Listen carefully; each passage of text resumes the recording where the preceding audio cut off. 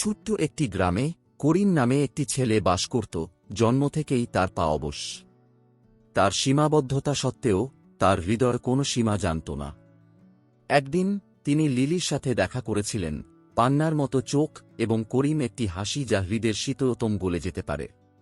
প্রত্যাখ্যানের ভয় থাকা সত্ত্বেও নিজেকে তার উষ্ণতা এবং দয়ার প্রতি আকৃষ্ট দেখেছিলেন।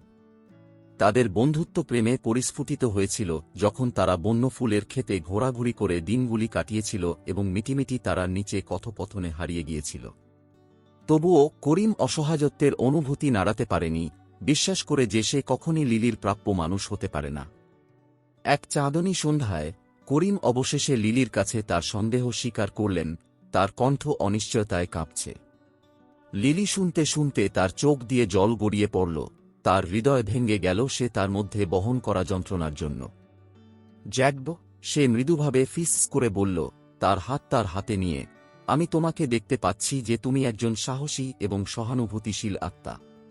তোমার ভালোবাসা আমার হৃদয়কে আনন্দে পূর্ণ করে এবং একসাথে আমরা যে কোনো বাধা অতিক্রম করতে পারি। সেই মুহূর্তে করিম বুঝতে পেরেছিলেন যে সত্যিকারের ভালোবাসা শারীরিক সীমাবদ্ধতার বাইরে দেখে এবং লিলির ভালোবাসা তার অন্ধকারে আসার আলোকবর্তিকা ছিল। নতুন শক্তির সাথে তিনি তাকে চিরকাল লালন করার প্রতিশ্রুতি দিয়েছিলেন, জেনেছিলেন যে তার পাশে তার সাথে তিনি কখনই সত্যিকারের অসহায় ছিলেন না।